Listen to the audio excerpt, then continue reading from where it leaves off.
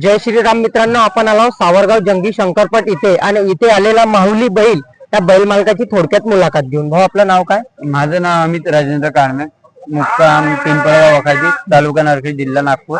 आणि ह्या बैलाचे मालक मी एकटा नाही आहे, सोबत हे दादा भुसे ग्रुप म्हणून ग्रुप मिळून ह्या बैल ग्रुप मिळून पडतो हा बैल.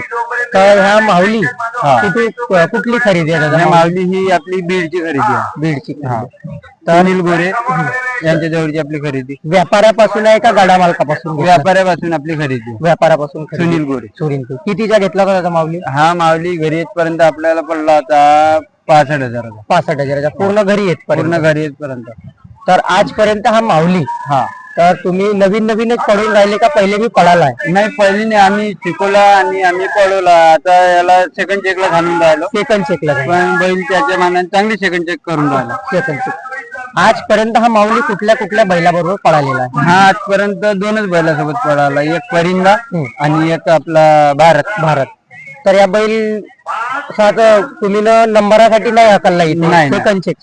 सेकंड चेक म्हणजे तुमच्या बैल कितव्या क्रमांकात आला? सेकंड चेक म्हणजे आमचा बैल पहिल्या क्रमांकात आलेला. हो. पण तुम्ही बक्षीस नाही घ्या? नाही, सेकंड चेक साठी नाही.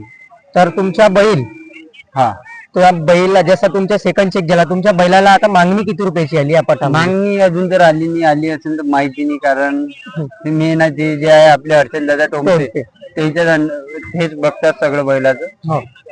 ते आलंय असेल तर त्यांनाच, पण आपल्याला अजून काही आलंय. तर या बैल तुम्हाला असा तुमच्या जसं मैदान तर तुमच्याकडे भरपूरसे झाले. हो, मैदान झाले म्हणजे हर मैदानात तुम्ही सेकंड चेक करता का बक्षीस बी घेतले कुठल्या मैदानात? नाही, आपण आतापर्यंत सेकंड चेकच केले. Second check. तर तुमच्या असा आवडीच्या जसं मैदान आहे, ज्या मैदानात तुम्ही सेकंड चांगले केले असं मैदान कुठे? आपलं शिंदे उमरी.